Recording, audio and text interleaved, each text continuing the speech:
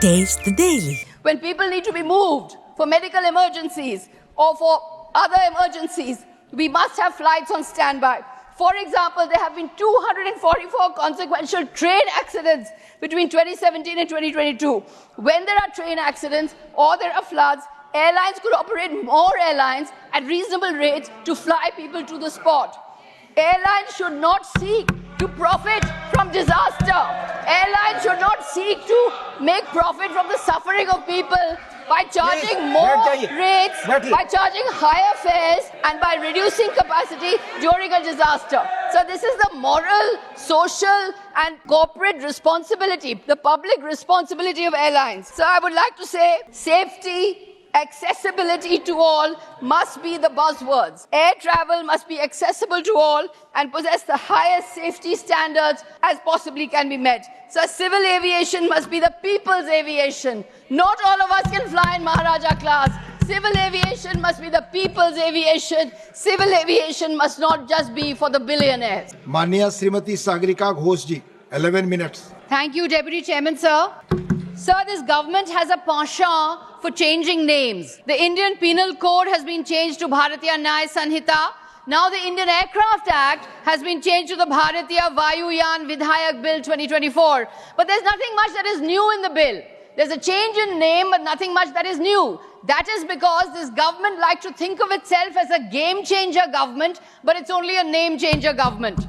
So why do so many laws have Hindi names? This is imposition of Hindi. The mandate of the people in 2024 was for the diversity dividend and for the federal principle. But the government is persisting in the Hindification of laws. This is Hindi imposition. Sir, I refer to Article 348. Article 348 of the Constitution. Please. Any law made by Parliament or the legislature of a state shall be in the English language. Article 348 of the Constitution. Sir, the bill is actually a little too late. The government has delayed in bringing the bill. On 21st June 2024, the TMC had pointed out the archaic nature of the Aircraft Act of 1934. When it comes to outdated legislation, I'm glad the government, actually here's something good I have to say about the government. I'm glad the government is thinking about modernizing outdated legislation, because this legislation did need to be outdated. There are at least 10 to 15 acts that need to be similarly updated. However, the delay in bringing this legislation has led to outdated regulatory frameworks, potentially jeopardized safety of passengers, and stunted the industry's growth. So the first big problem with the bill, there is no provision for reasonable tariff in this bill. Airfares are literally sky high. What protection is there for the common people against relentless price rise of tickets? There is no provision for making tariff reasonable. The holiday season is coming, sir. Invariably, prices of tickets will go up. What provision is there in the bill to protect passengers from surge pricing and huge spike in fares? I would like to know what modalities exist in this bill to stop airlines from using their dominant market share to fleece common passengers. So today, vegetable prices are at a 57-month high. Retail inflation has surged by 6%. Household budgets are under strain. How can common citizens afford these exorbitant airfares? I would also like to say, sir, that the tendering process for airports and bidding must be made transparent. The process must not be hostage to this government's characteristic of crony capitalism. One of the top e-tendering states in the country today, sir, is Bengal. The government should follow the Bengal model. From ground to sky, there should be no monopolies. Today in aviation, a state-owned monopoly has become a private-owned duopoly. Is this to the benefit of the passengers? We must ask this question. Aviation must serve the common people, sir, not just the Maharaja class, not just the Zamindar class. Sir, this bill gives overarching powers to the union government. The government has installed itself as the overseeing authority over three regulators, the DGCA, the Bureau of Civil Aviation Security, and the Aircraft Accident Investigation Bureau. The minister said the bill has changed the appeal system. Appeals against an order of the DGCA or BCAs will lie before the central government. No further appeals will be allowed against the central government's orders. Therefore, the government has the final word. So if all control is with the government, who will check the government's mistakes? These amendments should not be used as a tool by the central government to illegitimately expand the scope of its executive powers. The concentration of power raises grave concerns about potential misuse. So the young minister comes from a party which is strong in a state. He will understand when states are deprived of a voice, when the central government is not mindful of the claims. God, Mr. I will name you. Please.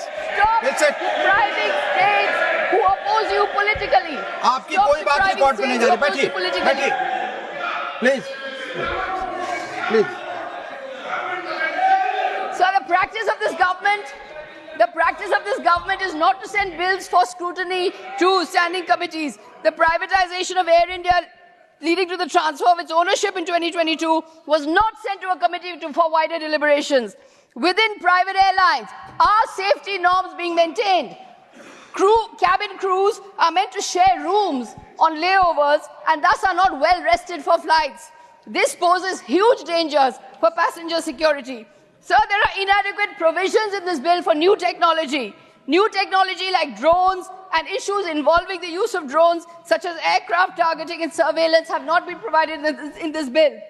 We cannot leave the regulation of new technology to delegated legislation. It is important to expand the scope of the Parent Act itself. This year, there have been 999 bomb threats, hoax bomb threats on Indian carriers. What provision is there in this bill to deal with these kind of technological threats? The minister spoke of pilot training, but every year in winter, hundreds of flights are delayed due to fog. The main reason for flight diversion is because pilots are not trained for operating the CAT-3 navigation control system. What technology has been provided for in this bill so that the CAT-3 can be adequately upgraded so that pilots can land in fog-bound airports? Some infrastructure issues, sir. More than 56 accidents have taken place in the airline sector in the last 5 years until 2023. There have been around 100 cases of structural collapse and 10 cases of rainwater leakage across airports in India from 2019 to 2024.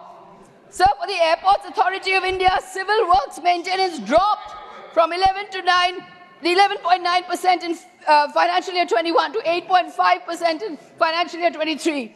In GMR-led Delhi International Airport, funding on airport maintenance dropped from 4.9% in financial year 2022 to 4.4% in financial year 23. This comes at a time when user development fee being charged from passengers is on the rise. There are 164 airplanes lying idle at airports of 15 major cities as of December 2023. This has been stated by the government itself in Parliament. Sir, the minister said there are 74 airports, but how many of these airports are functional? And how many airlines actually fly to these airports? We have to ask that question. How many airports under the UDAN scheme have been completed? Sir, I want to make a point here.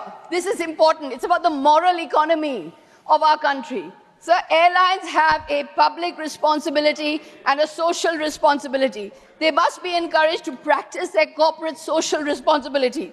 When people need to be moved for medical emergencies or for other emergencies, we must have flights on standby. For example, there have been 244 consequential train accidents between 2017 and 2022.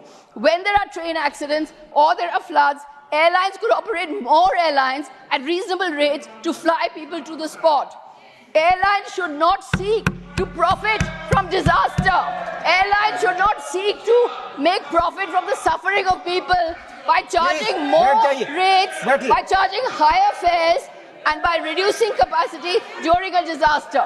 So this is the moral, social, and corporate responsibility, the public responsibility of airlines. So I would like to say, safety, accessibility to all must be the buzzwords. Air travel must be accessible to all and possess the highest safety standards as possibly can be met. So civil aviation must be the people's aviation. Not all of us can fly in Maharaja class. Civil aviation must be the people's aviation. Civil aviation must not just be for the billionaires. Thank you. Thank you, Sagarika ji.